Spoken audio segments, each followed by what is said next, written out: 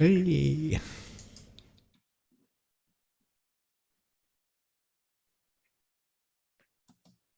Hello to all you patriots out there in podcast land, and welcome to episode 355 of Canadian Patriot Podcast, the number one book and rifle club in Canada. We're recording on June 27th, 2022. As always, my name is Andrew, and I'll be your host. We need your help. To support the Canadian Patriot Podcast, visit patreon.com/CPP and become a Patreon. You can get a better quality version of the show for just $1 per episode. Show you're not a communist. Buy a CPP t-shirt for just $24.99 plus shipping and theft. Visit CanadianPatriotPodcast.com homepage and follow the link on the right. You can also find the Patriot Challenge information on that website. This is a great segue. I'm glad you set that up. This brings us to my favorite segment. It's called What Are We Drinking and How Did We Get to Be Better People? Yeah. As is tradition, I'll start with Liz. Liz, what are you drinking? And what did you work on the Patriot Challenge? We were just talking about what I worked on the Patriot Challenge earlier. I'm taking an accounting course. It is not my forte and probably will not be pursued post this course. However, I am learning some new things. I drank all of my water today and I have yet to read, but the night is still young, so I might. And my beverage of choice is a Cowbell grapefruit radler. Radler. It's weird, but I like it. And Well, Cowbell makes good stuff. They do. I've always really liked radlers. Now, one thing I did notice, this one specifically, and I don't know if that's always the case with radlers, but it only has 2.5% alcohol. Yeah, that's not uncommon. Just a little tiny, like it's just juice with a kick. Yeah, it's, I think, what are they normally? It's like half beer and half juice, something like that? Yes. Yeah. I think that's good. How you normally make one. Like, not the pre-canned variety, but like if you were to like... I've never made if you were to make a radler? I think it's a European thing. It's a summer beverage. Mm-hmm. That's how I got into these. You normally do it with like, what? With like Stiegel, I think? So it's like a so Pilsner? they actually have a canned version of that. Stiegel does. And they have a canned radler too. And it's pretty good. Yeah, I'd do that. I also like the one Texas Shiner Bach makes a radler, and it's very similar to the Stiegel. It's like a grapefruit style. Oh, nice. Yeah, I'm a big fan. I think it's a really easy way to like pack back beer too. Like in the summer, it's just refreshing. 2.5%. Yeah, it's it's not a refreshment heavy drink. It's not a get loaded drink. I don't really Unlike have me. that experience with beer. I don't really get drunk off beer. I just get full. I have a 6% beer from Archibald. This is, I think, a cuss word in French. Cibor? Cibor? I'm pretty sure it's a cuss word. But the girl on the can art looks like she's going to like ride a vintage cafe racer motorcycle, and I'm kind of into it. Oh, yeah. You're not wrong. Is that one of the ones that you picked up when you were on holidays? Yeah, I like Archibald, and it's hard to get in Ontario, so whenever I go to Quebec, I mean, partly I'm drawn to the can art because they always draw like vintage pinup kind of looking women on their cans. So they all have for the most part girls' names, or they're like some sort of like feminine form, whatever. So the can art is always a good time. Huh? Yeah. Well, I mean, I like to imagine there was a better time in our history. I don't know if there was. Well, I mean, I don't know. 1950 didn't have a lot of, like, there's definitely some things that would probably not be great about it, but also there are definitely like some nostalgia things of like, well, maybe it was a better time, but I do enjoy the can art. Yeah. And also 6%. That's great. Yes, India Pale Ale. It's not unlike licking a pine tree. Oh, okay then. If you're into that sort of thing. I think I completed everything on the Patriot Challenge today. I went for a run before we did the podcast. It was awful. That's 45 minutes of exercise. Yeah. I practiced a skill because I did a bunch of hands-on work at work today, even though I'm supposed to be wearing the white hat and managing things. I'm about to do my 15 minutes of reading because I have our book for book club, and I will be doing my The very best only one. narration. The only one Well, whatever. that knows anything about it. That's fine. I drank my 2 liters of water, and I completed a task to improve my fighting position. So I have checked off all of the things on the list, I think. Okay, so I know that our listeners are usually, in the same wavelength, but explain what a task to improve your fighting position might be. An item on the to-do list that you're not normally going to get done to improve your life or your family or your home, or your fighting position is the place where you are, the place where you're fighting from. So in my case, I got myself a new notebook, and I set up a bullet journal because I lost my old bullet journal at a shooting match last month. And I was pretty bummed about the whole thing because I lost 3 years of ballistic data and all of my work notes. Oh, no. Oh, yeah. That sucks. It sucked a lot. I mean, it's not the only place I have my ballistic data, and it's not the only place, but it's the only place I had my, journal notes. Yeah.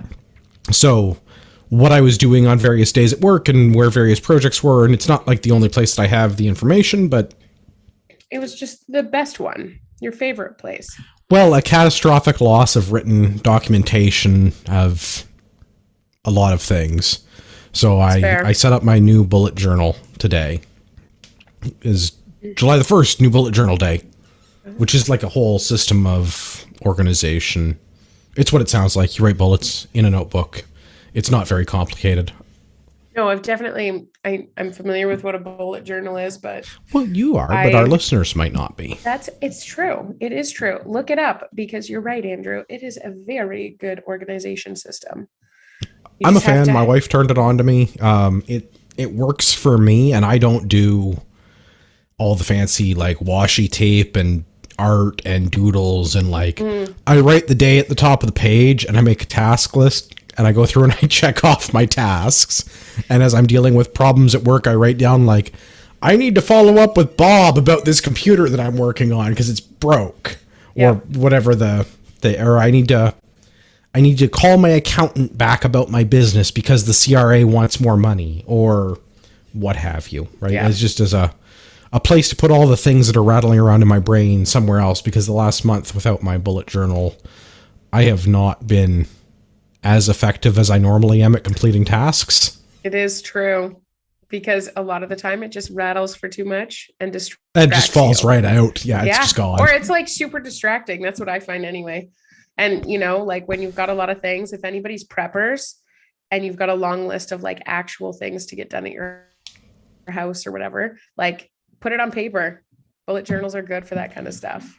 Well, a lot of that stuff I haven't lost, right? The to-do list, the chores list, because a bunch of that kind of stuff is shared digitally in my family. So it's not just in my bullet journal, because that would be an awful way to get other people involved in what's going on in my life. But in terms of an individual to-do list. Yeah. Bringing back the bullet journal. July 1st, we're going to crack a new one. Be the first new one that I've had in 3 years. That's awesome. Well, anyways, I definitely talked a little too much about... Yeah, it's fine. Small tangent. Yeah. It's interesting. What are you... And you're drinking... Okay. Is Archibald the... brewery. The brewery. Okay. I've never heard of that before, so it's just They're cool. in Quebec. It's cool. I like it. There's a place that I keep on wanting to stop by. I want to say it's just around Port Perry, and it's the Norse Microbrewery, I think it's called. Yeah, drive by it all the time, and I keep on meaning to stop in. Haven't done it yet. Next time. Yeah. Yeah. So what next? Listener feedback? Sure, we can do listener feedback. You don't want to do any of the events? No, there's no. The next event is in September. TACCOM, Canada Army Run. Check the show notes. I know. I'm looking at the show notes right now. No, not you, listeners. I was like, listeners, check the show notes. This is what happens when there's just two of us on here. It's fine. My normal sidekick is absent. You'll do. It's fine. Oh, thanks. Thanks. Yeah. But so I am going to talk on this events thing because you're going to have you're going to have an opinion on this, I think. There was an article that I started reading and didn't finish. And there was some negative feedback about the gun shows that have been happening or not happening lately. Have you heard anything about that? No. I know there was a bunch of gun shows that got canceled. There's the same group of gun shows in Southern Ontario that I get an email from the organizers, and there's 6 or 8 locations around Southern Ontario, kind of like London to Guelph, Hamilton to Owen Sound, that sort of geographic range. Yeah. There's 6 or 8 places, and they always are the same, and there's you go to them and there's a bunch of guys selling questionable World War II memorabilia and a bunch of broken ass guns. I don't go to them very often, once in a while, but it's because you see this expensive for some of that stuff still too, right? The tickets are expensive. The tables don't change very much. Maybe it's different in other places. I don't really go to gun shows. It's not my crowd. That's fair. Okay. On to listener feedback. We'd love to hear from you. Feedback about the show, please visit the CanadianPatriotPodcast.com. Let me re-say that.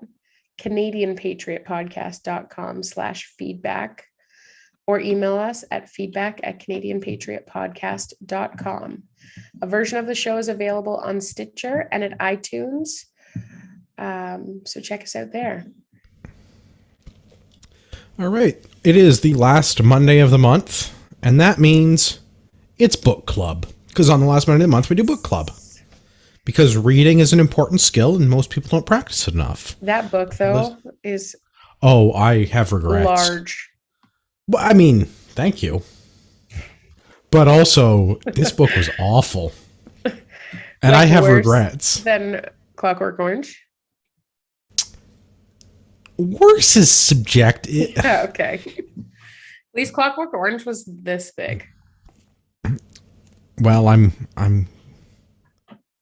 not angry enough. That's your feedback. I could be angrier. My disdain for the listeners. If you want to participate live in the YouTube audience and be berated, Monday nights at 9 p.m. ish. We started late. We thought Pierre was going to be here. I don't know. Tabernacle, Sactamare, something about the internet not working right. If you want to be berated on YouTube, because I know no disdain like the disdain for the listeners, 9 o'clock YouTube, come and talk smack. I may or may not acknowledge you. I'm pretty angry, but yelling into the microphone doesn't translate into good show, so it's fine. 48 Laws of Power, though. Robert Greene book. Peter is not here. I feel like I need to start this by apologizing to Peter. He tried to read it several times and did not get through the foreword because it is so very manipulative. Which it is. And I mean, isn't that the point? That is the point. I was expecting that it's a banned book, it's a national bestseller, it's supposed to be good. It's supposed to be a well-written, popular book. There's not a lot of actual bestsellers that I would say are good books. Most of the time they hit the bestseller list because they're controversial or the right person thinks it's bougie and fashionable. Which I think is the case in this, and I understand Peter's not here, and I won't articulate his point as well as he would, but learning how to manipulate other people for your own profit or gain is not the Christian way. That is not something that Peter is about, and I get that, I respect that, but also, flip side of the same coin, understanding how people are trying to manipulate others, much like when we did Saul Alinsky's Rules for Radicals. I'm not proposing that we take up communist propaganda and give blacks beans. I'm just saying that, if you encounter a group of people that have been fed beans in a movie theater, maybe they're trying to do something like force you out. So, reading books that you don't agree with or don't like, and it's no different than having conversations with individuals. It's so important to understand divergent thoughts. because otherwise you're not really going to you're going to live in an echo chamber your whole life. And that just doesn't work out. But at the same time, you do sometimes have to be careful because, a person could read a book like that, or, be exposed to certain ideologies and become a little enchanted by it. But you mean like that time that we did 2 episodes on industrial society and its future? Well, I think that if the outcome of,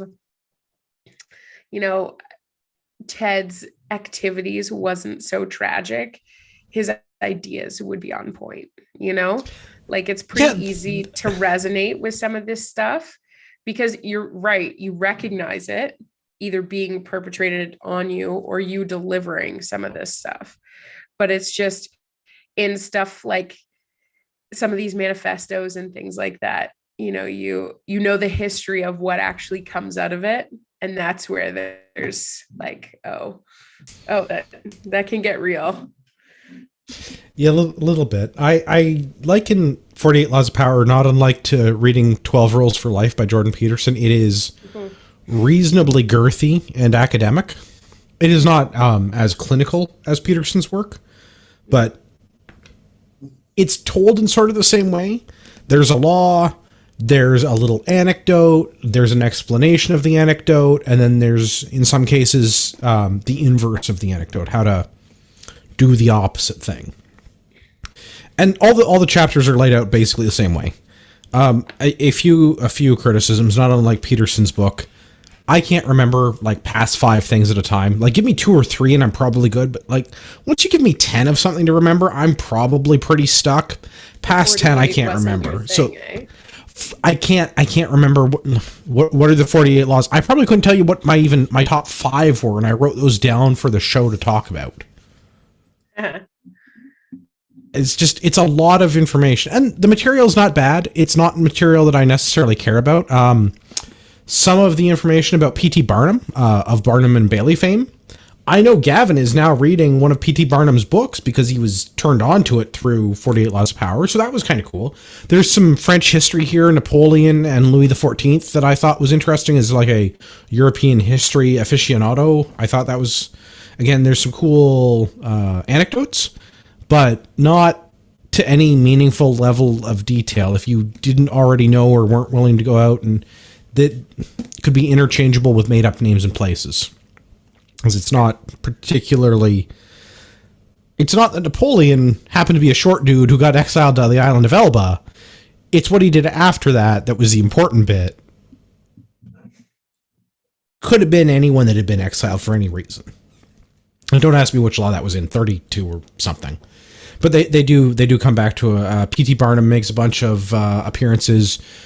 J.P. Morgan, a bunch of other turn of last century American robber barons, a bunch of French history, Louis XIV, Napoleon Bonaparte. I think there's a couple other like mid 15th, 16th century French history pieces. So the anecdotes were interesting, but not memorable and not to any great degree of detail. But I can't remember 48 things. No. That's a lot. That explains why that book is like a phone book. Well, and I mean, it is beefy. Don't get me wrong. I have that book sitting on my table. I just didn't really open it. No, it's fine. It is not an easy read. It is a little bit clinical, and it does bounce around a lot because the chapters are not very long. But I mean, they are laid out kind of the same way. There's the little paragraph at the beginning called judgment, transgression of the law, observance of the law, which are anecdotes, the interpretation, which explains the anecdote, and the keys to power, which is how to use it. And then the end of the chapter is usually a reversal, how to abuse it, how to have it used against you, how to see that it's being used against you. I have some other criticisms, at least with the copy that I have. There's a bunch of marginal notes in mine. The marginal notes are annoying as hell because they're little stories or they're references to some other anecdote but why are there all these marginal references that don't tell me anything? Like randomly turning to a page, Law 36. Disdain things you cannot have, ignoring them is the best revenge. Okay. The very first marginal note is a fable. The Fox and the Grape. A starving fox saw a cluster of luscious-looking grapes of purplish luster. Dangling above him on a trellis frame, he would have dearly liked them for his lunch. But when he tried and failed to reach the bunch, ah well, it's more than likely they're not sweet. Good only for green fools to eat. Wasn't he wise to say they were unripe rather than wine and gripe? Jean de La Fontaine, and 1621-1695. I mean, okay, not especially helpful.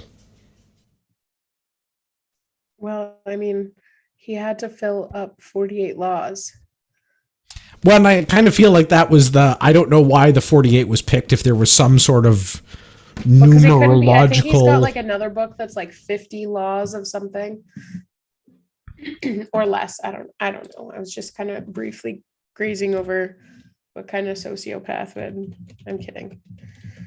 But the 50th Law is another book of his. Okay, well, I mean, good for him. I don't know that one came before the other. Where's 49?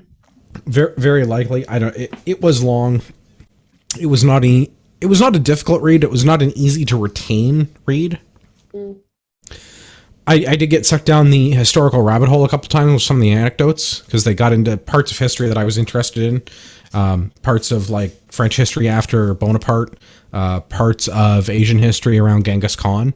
So I definitely like went off on some rabbit holes, because I was like, oh yeah, I remember reading about this somewhere else, and like actually went and read some other source material because I got distracted. Okay. I mean, that's fun. I find that that's a great way to actually learn about something, is kind of follow that train of thought from start to finish. So I don't know.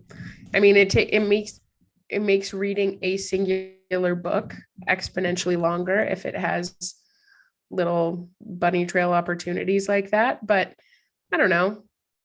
You understand the reference better. Yes, and I don't know if you weren't a person who had read a bunch of stuff about the history of Genghis Khan, I don't know that you would get any less out of reading the passages, the anecdotes about how Genghis Khan was a badass general. There's a bunch of stuff about Far East history, about particularly in China, feudal China, that I have no frame of reference for, because that's not a part of world history that I have any real interest in. They were talking about feudal China, and I was like, that's cool, but I'm not going to remember which dynasty was at war with who during which century. For just get to the point, like pitter patter, which maybe I should read to the book, because that is part of the thing. I get to practice my ability to read, and everybody else gets to listen. It's true. So I picked out my five favorite laws, at least the 5 laws I figured we could argue about the most on the podcast.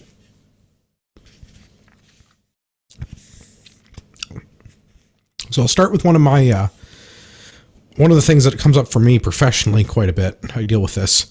Always say less than is necessary. And I'm going to not read the anecdote, but I'll read another part of the chapter. Power is in many ways a game of appearances. And when you say less than is necessary, you inevitably appear greater and more powerful than you are. Your silence will make other people uncomfortable. Humans are machines of interpretation and explanation. They have to know what you are thinking. When you carefully control what you reveal, they cannot pierce your intentions or your meaning. Your short answers and silences will put them on the defensive, and they will jump in, nervously filling the silence with all kinds of comments that will reveal valuable information about them and their weaknesses. They will leave a meeting with you feeling that they have been robbed, and they will go home and ponder your every word. This extra attention to your brief comments will only add to your power. Saying less than is necessary is not only for kings and statesmen. In many areas of life, the less you say, the more profound and mysterious you appear. It goes on from talking about Andy Warhol, and I couldn't care less about Andy Warhol if I was perfectly honest. It had been talking about Louis XIV prior to that, so the king's thing is like relevant. This is one of those traps that I fell into early on in my professional career. I had a superior, a manager, a boss who would ask a question and then not talk. And I fell into the trap of filling the silence. That did not go well for me as a young professional. So now, as an experienced professional, I unfortunately have learned to use this trick on other people, which I don't give any credit to Robert Greene and 48 Laws of Power, but you can observe this. If you ask a person a question and you just sit quietly and wait, and there's an awkward silence, most people will tend to fill that awkward silence. Absolutely. Absolutely. And I mean, I've used that technique in the past in my hiring practices as I interview people. Well, just not an uncommon HR strategy, right? People will fill the silence and they'll try to say the thing that they think you want to hear, or they'll try to say the thing that makes them sound good. Yeah, or some people will certainly ramble. And I certainly fell victim to that as a young professional because somebody would ask a question. Yeah, and a silence. Then you would fill the awkward silence. Yeah. Well, and sometimes you think that the silence indicates that you answered wrong. So then you're trying to justify and, make yourself. When you start digging that hole. Oh, yeah, man. I was just looking this guy up, and it's pretty interesting because he does the way that you're reading. Again, I didn't read the book, so I can't say this with too much authority, but it does remind me a little bit like the concept of the strategy here. It reminds me a little bit of how Jordan Peterson communicates, but the backgrounds seem to be very different because Jordan Peterson comes from, clinical psychology background and dealing with that on a very academic level that way. This guy has a background in classical studies. Which, I mean, to his credit, the book is not poorly written. No. But it's interesting because part of me thinks that that's why he's referencing all of these other historical figures, right? It's not going off of a psychological necessarily background, but more of a historically proven structure, if that makes sense. Well, it does, and maybe we can skip forward. Law 4 was always say less than is necessary. Law 9, win through your actions, never through argument. And we'll go to a historic example of this. In 1502 in Florence, Italy, an enormous block of marble stood in the works department of the Church of Santa Maria del Fiore. It had once been a magnificent piece of raw stone, but an unskilled sculptor had mistakenly bored a hole through where should have been the figure's legs, generally mutilating it. Our Italian listeners will forgive my pronunciation of Italian names. Piero Soderini, Florence's mayor, had contemplated trying to save the block by commissioning Leonardo da Vinci to work on it, or some other master, but had given up since everyone agreed that the stone had been ruined. So despite the money that had been wasted on it, it gathered dust in the dark halls of the church. This was where things stood until some Florentine friends of the great Michelangelo decided to write the artist, then living in Rome. He alone, they said, could do something with the marble, which was still magnificent raw material. Michelangelo traveled to Florence, examined the stone, and came to the conclusion that he could in fact carve a fine figure from it by adapting the pose to the way the rock had been mutilated. Soderini argued that this was a waste of time, nobody could salvage such a disaster. But he finally agreed to let the artist work on it. Michelangelo decided he would depict young David sling in hand. Weeks later, as Michelangelo was putting the final touches on the statue, Soderini entered the studio. Fancying himself a bit of a connoisseur, he studied the huge work and told Michelangelo that while it was magnificent, the nose, he judged, was too big. Michelangelo realized that Soderini was standing in a place right under the giant figure and did not have the proper perspective. Without a word, he gestured for Soderini to follow him up to the scaffolding. Reaching the nose, he picked up his chisel, as well as a bit of marble dust that lay on the planks. With Soderini just a few feet below him on the scaffolding, Michelangelo started to tap lightly with the chisel, letting bits of dust he had gathered in his hand fall little by little. He actually did not change the nose, but gave every appearance of working on it. After a few minutes of this charade, he stood aside. "Look at it now." "I like it better," replied Soderini. "You've made it come alive." So, He didn't actually do any No. work. He didn't change the statue. He just looked like he took the guy's feedback and did something with it. Yeah. And I don't know if that's good in terms of that's just good people management, I guess. What it is, you manage the guy fancies himself an art critic or like some sort of Yeah. he's the mayor and he appreciates sculptures, whatever that means in like 15th century Florence, right? So like the man knows a big nose when he sees one. He's not about that. He wants this David to look like David's supposed to look in his mind with an appropriately proportioned nostril. So he tells Michelangelo that he screwed this up, right? You gotta make the nose smaller. And rather than arguing, Michelangelo is just like, oh yeah, come with me and like would chisel a little bit off and it'll be fine. But doesn't actually make any changes. He didn't argue with the patron. So like the mayor of Florence is the guy that's paying for this whole work to happen. Didn't argue, didn't tell him he was wrong, he made it look like he took the criticism, did something with it, and by changing the mayor's perspective, he was happy with the work without having any argument or any disagreement, and it looked like his feedback was valuable and improved the project. There is certainly a customer service people management aspect to that. Yeah. The guy that's paying the bill thinks his feedback is valuable and made it better, even though it didn't really make a difference at all. No, it is true. It is manipulative. Yeah, but I mean, I am somebody that truly believes that like communicating with people is just a giant manipulation, right? Because how you communicate with people elicits a specific response. And your goal, if you're intuitive, is to be communicating effectively enough to elicit the response you want, or at least direct or guide somebody down a path that, kind of aligns them to what you're looking for, and it does sound manipulative, but it's only because it is. That's manipulative sounds so abusive.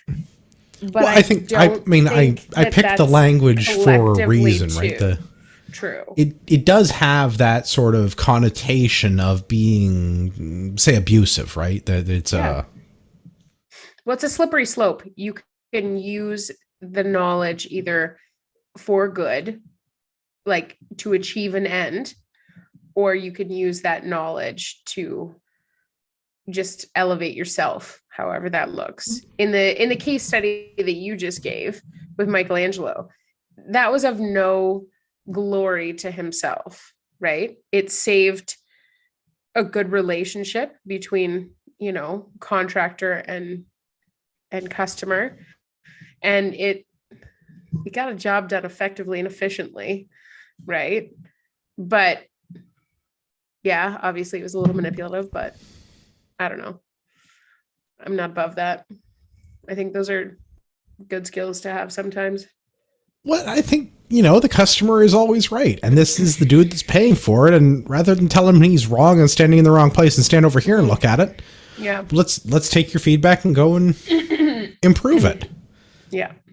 And I mean, some of that is just strictly relationship management. If you have a good working relationship with the guy and his feedback is legitimately not good, and you have that relationship where you can be like, yeah, but if you just look at it from over here, it's fine. Like you just need to move 5 feet. Yeah. Some people will just move the 5 feet. Other people will tell you that you're wrong and fix it.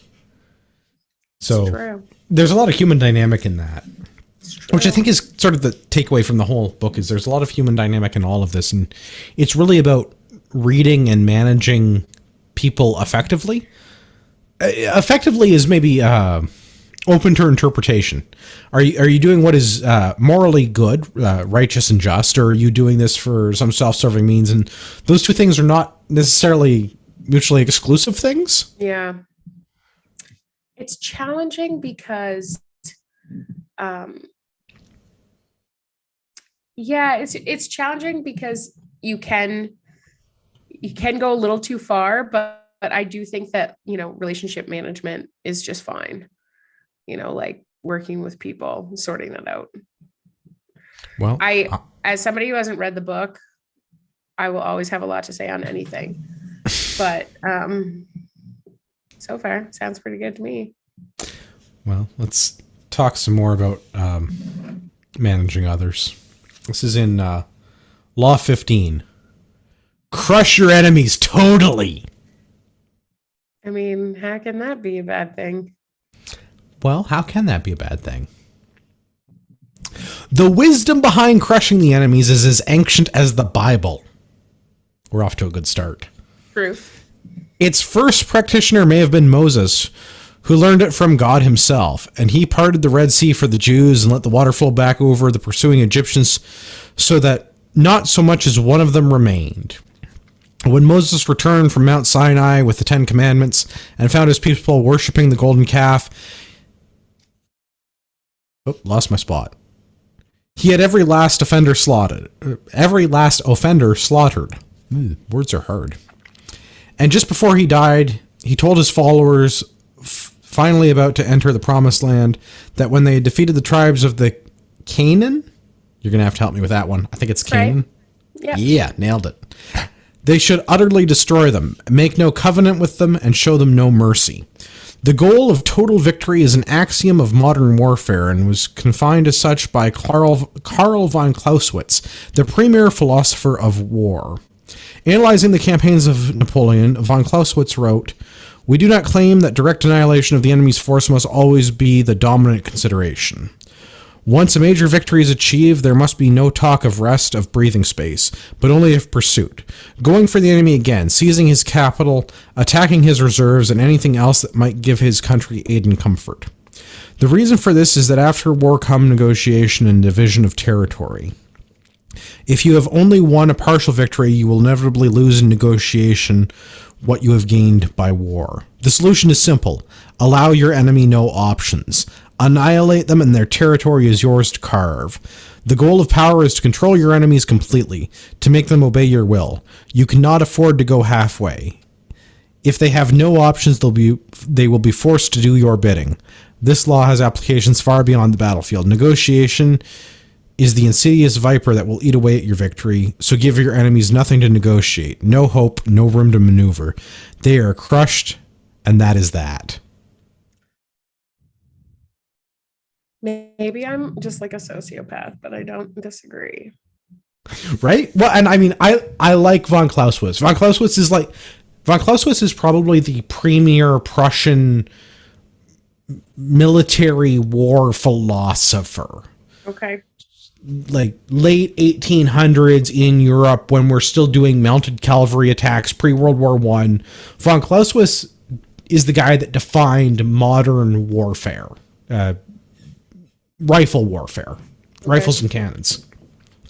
This is the Prussian who developed what would later become trench warfare and blitzkrieg tactics in Europe. Like, this is a big deal guy when it comes to the philosophy of how to do war. And I mean, like, also Moses said so it's in the Bible. It's fine. Okay. But I do think the crush your enemies totally. We can draw some parallels with this with like our firearms cause as an example. The Conservatives, every time we elect them in Canada, the Conservatives can promise us a concession in gun control. We're going to repeal the long gun registry. We're going to fix the ATT system. But they never actually fix the Firearms Act. They never totally crush the Liberal Firearms Act. Because it's always a bargaining chip every time they get elected. Absolutely. And I mean, that's a great point that you bring up, is that, it's almost as if some of this stuff is like the playbook of every politician. Well, and I thought that would be a fun little thing to compare and contrast with gun laws in this country, as an example. Mm-hmm. If the Conservatives were serious about fixing the gun laws in this country, they would rewrite the Firearms Act.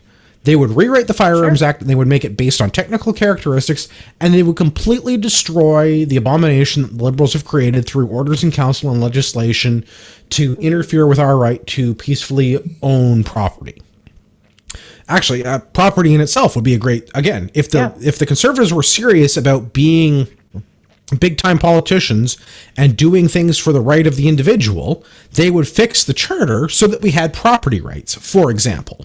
But the Conservatives, they hum and they haw, and they give you a concession here, and they say if you vote for us the next time, the next time we're going to fix it for real next time. Yeah. Which is what they've been saying since 1995 when it comes to firearms laws. It's always going to be they're going to fix it eventually. You're right about it being a bargaining chip.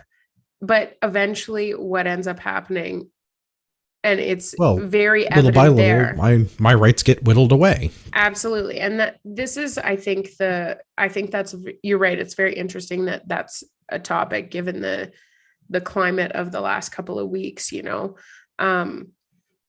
but you look at how that effect has, manifested, right? So we are in this hamster wheel of political, nonsense where there's just this same cyclical process of like, oh, I'll give you a little bit. And like everybody now expects that campaign promises are just, yes, garbage. But the difference is, I think, the velocity at which the change is happening. When the communists, the NDP, the Liberal government, the more left-leaning parties get into power, they make laws that the centrist government, the conservative government, is not willing to roll back, or is not willing to roll back in a significantly meaningful way. So we'll abolish the long gun registry, but we won't fix any of the other things in the Firearms Act. We'll restore the way ATTs work, but we won't actually get rid of ATTs, even though you already legally own the firearm. Why do you need an additional piece of paperwork to legally transport the firearm? But that's what I'm saying, is that this is just a process, I think, that is repetitive. And it's interesting to see how what you're talking about from the book is like the absolute crushing of your enemy. That is an effective method, and we see the difference is erosion of, what you were talking about, our rights. There's a total erosion of our rights because that isn't occurring. The difference in the political class is that when the left-leaning politicians get into government, they make rules that the centrist or ostensibly right-leaning governments are not taking back. What have the Conservatives conserved lately? Not very much. They make a small concession, but every time that the NDP or the Liberals find themselves in power, they make more laws that bring the country further towards their socialist utopia. Not that I agree with what they're doing, but that's that they've got a little bit more of like the enemy slaughter type energy. It's just Conservatives have a little bit. It is more of that. It's just not total war, which is like a von Clausewitz concept. The political parties are not engaged in the process of total war, which would be a lot cooler if they were. But they're also talking like physical war. I would say that the political arena that we're fighting in now is way more manipulative. Yes, right? It absolutely is. It is far more. It's a verbal and socioeconomic or geopolitical dance. It's not a physical, and it's much slower and less total. Yeah, absolutely. But over time, on a long enough time horizon, every time that a leftist politician gets into power, our country is dragged a little bit further towards their version of socialist utopia. Every time an ostensibly right-wing politician gets into power, we just don't slide as far to the left for 4 years. Yeah, it's true. It's a slowing of a process. It is not the, cessation of the process and reverting to the other side. Absolutely. It is not that at all. Which I think the Conservatives would do well from this, to take a lesson from von Clausewitz and engage in a little bit of total war. If you're going to be in power, let's actually be in power. Yeah. And I mean, that doesn't necessarily mean like physical violence or anything like that. But no, let's leave that option on the table. Yeah. Yeah. But I think that you're right in how there's an imbalance of that power. Like the left is actually probably more manipulative or ruthless because it's very evident that they don't have a problem pushing this stuff through. at a very rapid pace. And maybe that's more manipulative, maybe it's not, but it's almost like they're more the crush the enemy type, and the conservative maybe are more, oh, let's all be friends, which I don't love. But well, and I think that's part of that is to draw the political analogy, the NDP and the Liberal are more willing to use the 48 laws of power and other things in that vein to their advantage, where the Conservatives are trying to take the moral high road, and you're fighting with people that are not willing to have a... But you know what's honest is not the right word, okay. but... So let's talk about it based on the example that they used with Moses and in the Bible. Okay. So all right, you're going to have to educate me on Christendom. That's all right. The annihilation of the Canaanites, for lack of a better word, is I think what he used in that story. And not preserving anyone when it came to, the worshiping of the golden calf. There's something to be said for that. It's not meant out of a malicious, vindictive action. It's actually meant out of a preservation. Okay. So you've got people that are actually putting at risk or are a threat to your way of life, to your ideologies, to your morality. And that is why sometimes that elimination is being referred to, because it's kind of like, if you've got, I'll use a workplace as an example, a very similar example. You got a bad apple in the workplace that can sour, like they're the kind of people that go around and natter at other people or to other people, and they whisper and they just create a poisoned, toxic environment. That's one person. That's a very small, minute amount. But if that one person who's not aligned with your vision for the business or company or whatever you're running, they have such an ability to poison an environment. And that's the same thing. It's the enemy is not even necessarily always a physical threat, but a moral, an ideological, a social threat, right? At what point does it become appropriate to genocide that threat? I don't know, because I think that is a great example that people would use. Like, how many people would just be like, oh, well, I'm thinking of like a specific example in like 1934 in Europe. Mm-hmm.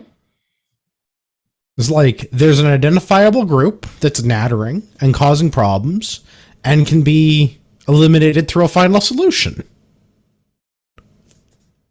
And a large group of people in Germany were on board with that plan. Well, I think it's not as easy to say that with the whole situation that we're talking about, because there was actually a much greater manipulation that I think people can parallel to what's been going on here. It's a very slow fade in a direction of just social riling up, for lack of a better word.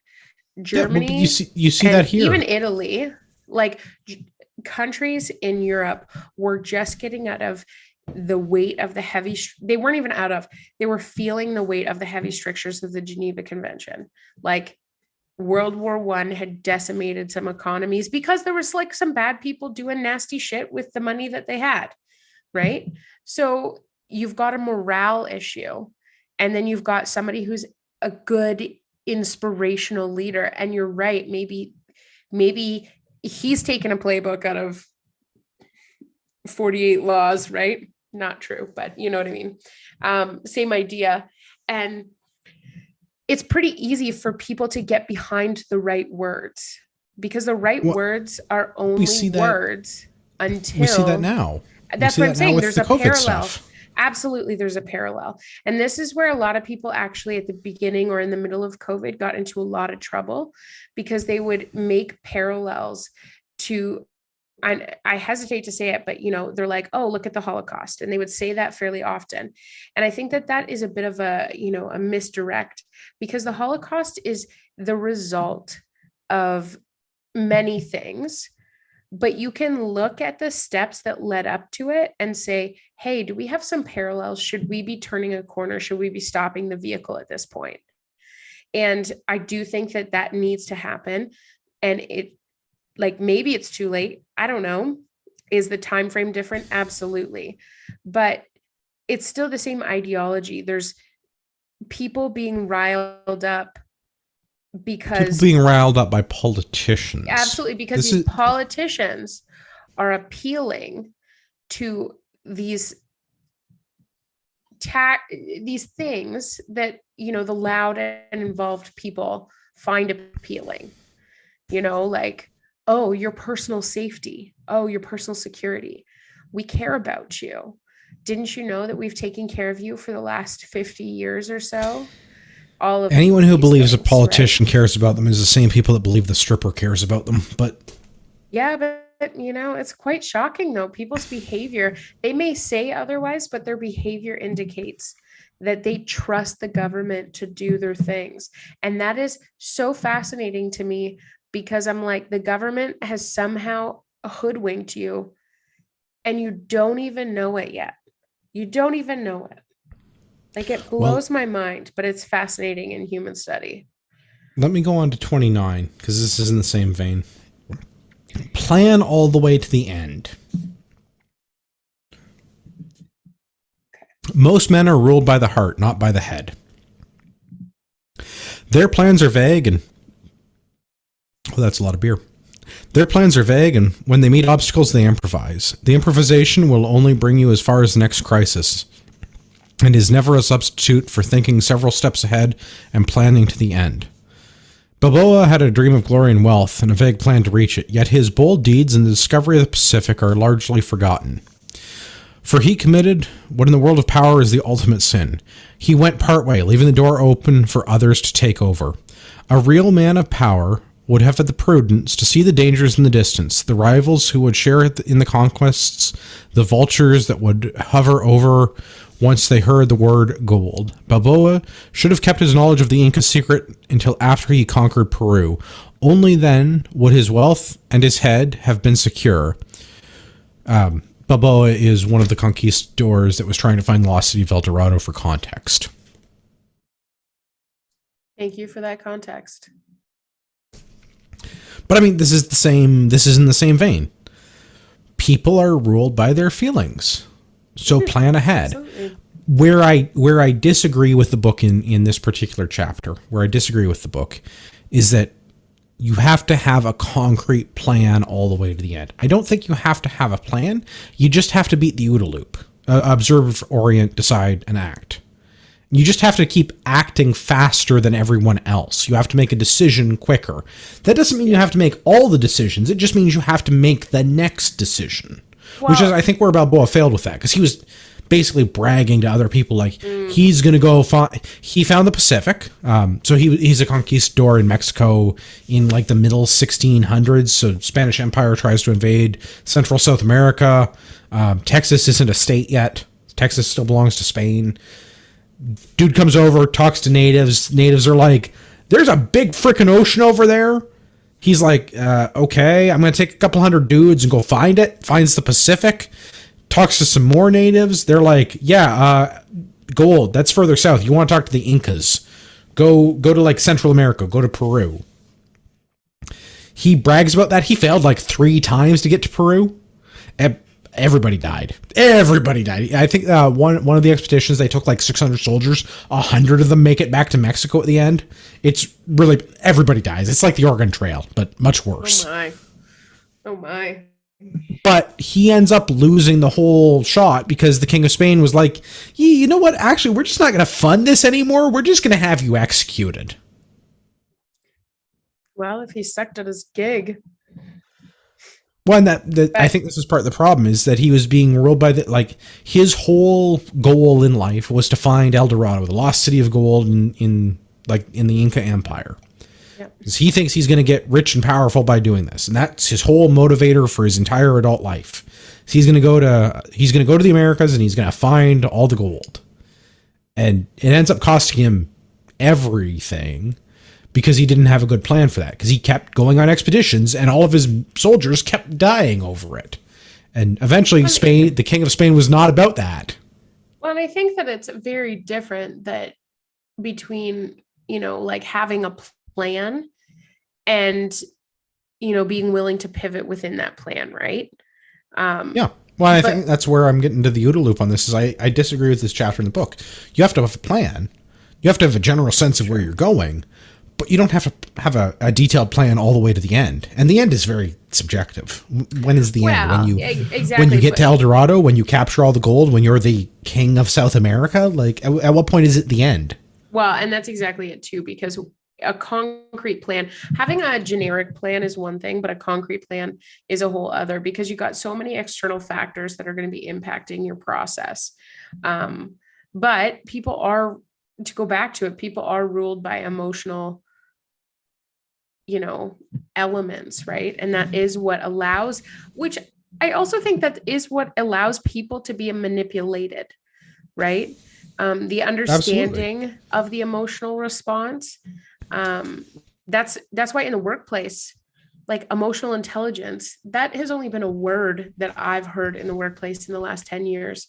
This development of emotional intelligence rather than, actual, IQ, it's EQ, right? And it's because that's how you're going to retain your staff. That's how you're going to grow your workforce, develop your product, and all these things, right?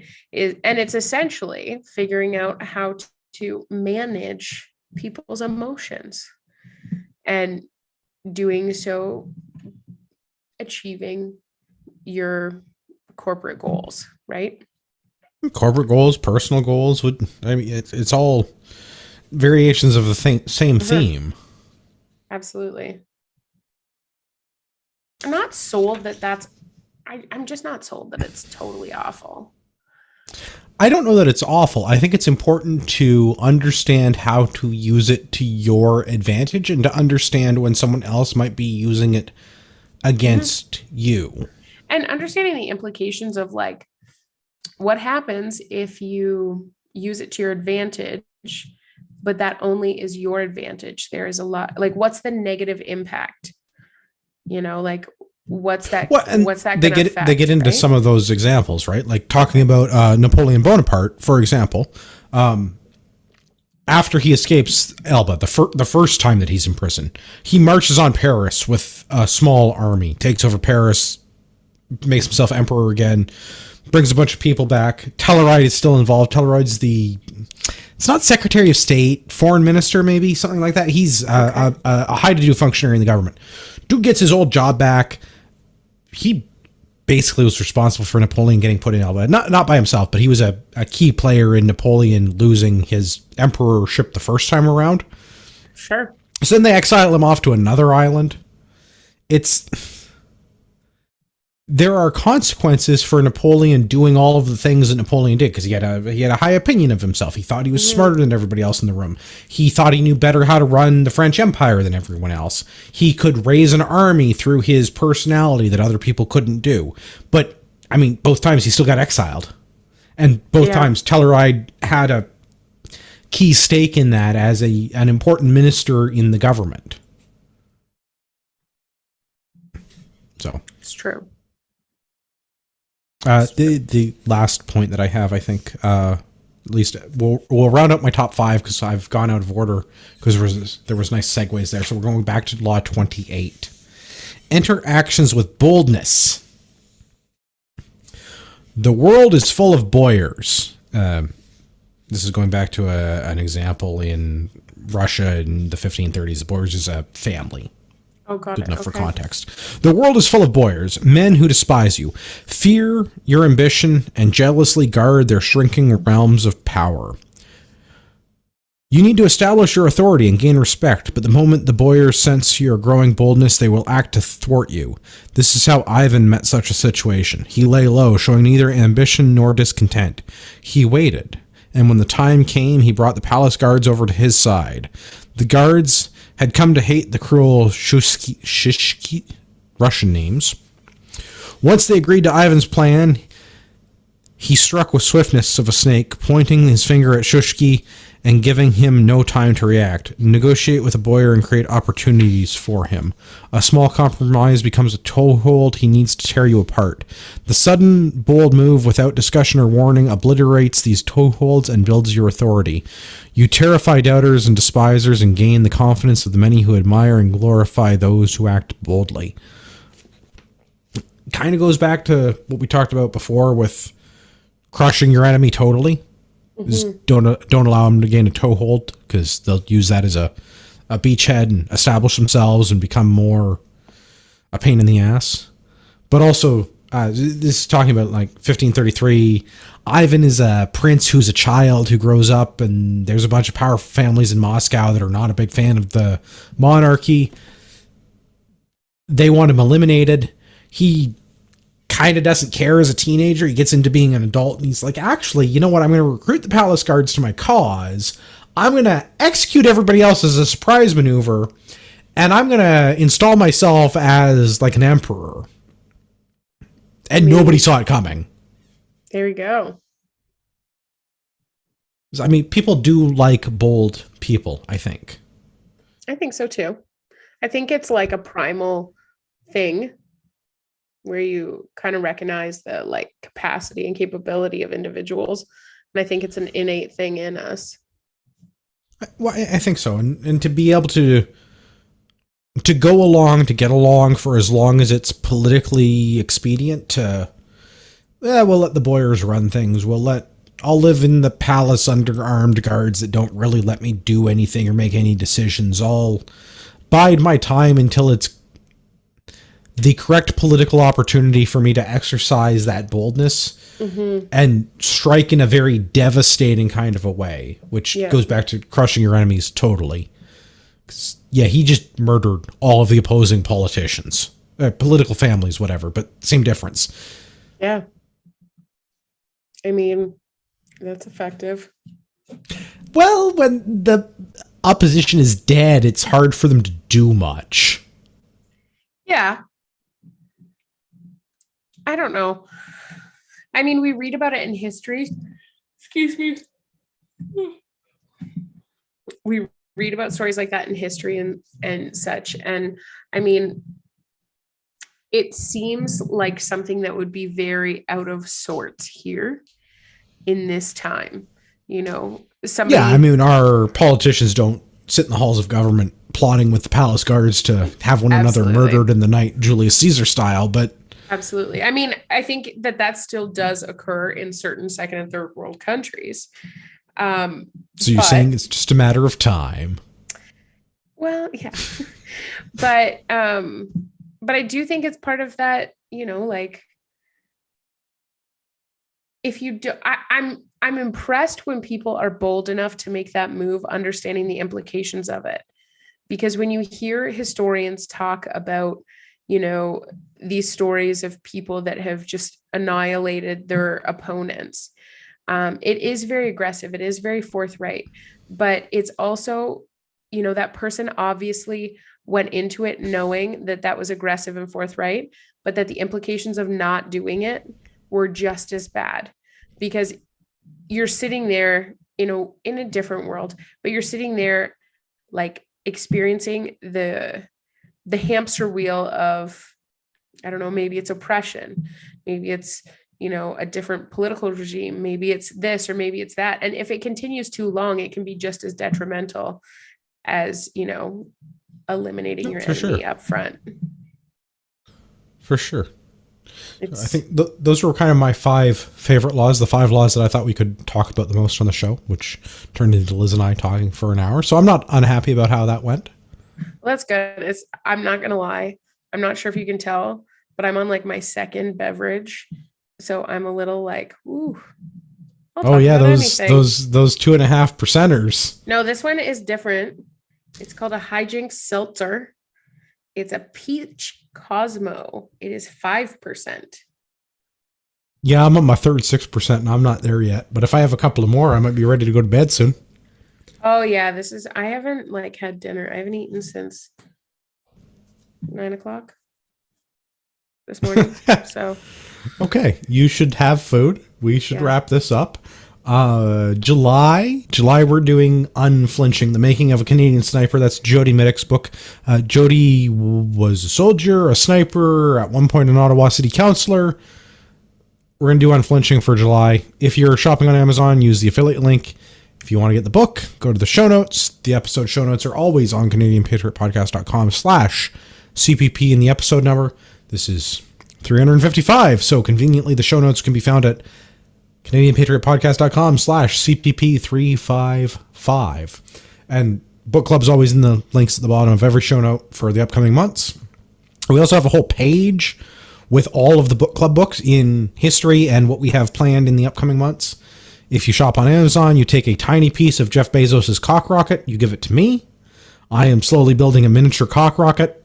It's going to be a good time. Next, we're coming for Elon Musk. If you want to come and hang out with us and talk smack, obviously Monday night, 9 o'clock on YouTube, we do the audience participation, which I should read some comments from Chris, because Chris's comments are good. And I keep encouraging Chris that he should come on the show, and he refuses. We're also on Discord if you want to come and talk to us or listeners. There's a Discord link in the show notes. We have a Discord server. Younger Andrew manages that. I'm going to read Chris's spicy comment. My take on the book is ends justify the means. We see a lot of the laws used daily by politicians. Our supreme leader, including morals, don't matter. Oh, I think might have been a comma there that I didn't read it the right way. Including, period. Morals don't matter. Morals don't matter. That makes more sense. Liz, where can everyone find you? You can find me on Instagram. I forget my handle, but it has like Liz_Fawcett 9876. That's it. Nice. Yep. I'm also on the Book of Face, but I don't like it. That's the right answer. Check me out on IG. Yeah. If you've listened this long, you deserve a discount code. When you're shopping at RagnarokTactical.ca, use the discount code Patriot. You're literally taking money out of my child's mouth. No, wait. Food out of my child's mouth? Money out of my child's college fund. Using the discount code takes money away from my kid. That sounds like that 6% is starting to hit hard. It's getting there. I also have to apologize to Rod Giltaca. We couldn't get Rod on the show tonight. We've talked about this with Rod before. The last Monday of the month is book club. You don't have to read the book, but you have to agree to talk about the book. So maybe next month we can get Rod and Jody on. If you want to send us feedback, the best place to do that is shoot it an email, feedback@CanadianPatriotPodcast.com. Let us know what you think. Let me know if you read the book. Let me know if you hated it as much as Peter did. For all of our listeners out there in podcast land, I'd like to remind you that you're a small, fringe minority with unacceptable views.